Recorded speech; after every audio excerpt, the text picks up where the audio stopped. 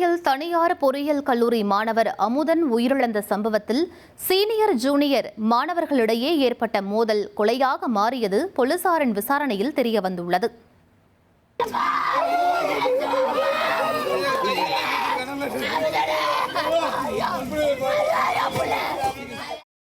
கடந்த 9ஆம் தேதி அமுதனின் 2 நண்பர்களை 4ஆம் ஆண்டு மாணவர்கள் தாக்கியதாக கூறப்படுகிறது.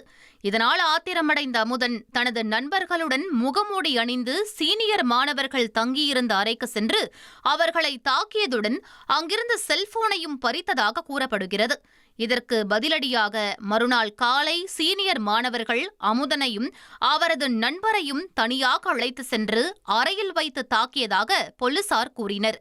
இதில் தலையில் காயமடைந்த அமுதன் உடலில் காயங்களுடன் இரவு தூங்க சென்ற நிலையில் தலையில் ஏற்பட்ட காயத்தால் இரத்த கசிவு ஏற்பட்டு மூச்சு திணறல் ஏற்பட்டு உயிரிழந்ததாக மருத்துவ அறிக்கையில் தெரிவிக்கப்பட்டுள்ளது.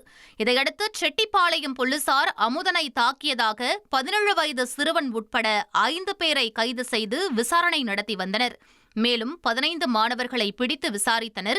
செல்போன் பறிப்பு மற்றும் தாக்குதல் தொடர்பாக அமுதன் மீது ஒரு வழக்கும், அமுதனை தாக்கிய மாணவர்கள் மீது மற்றொரு வழக்கும் பதிவு செய்யப்பட்டு விசாரணை தொடர்ந்து நடைபெற்றது. இனி செல்லும் இடமெல்லாம் செய்தி. தந்தி டிவியின் வாட்ஸ்அப் சேனலை ஃபாலோ பண்ணினா செல்ல இருக்கும் இடமெல்லாம் செய்தி. இதோ QR கோட் இப்பவே ஸ்கேன் பண்ணுங்க, ஃபாலோ பண்ணுங்க.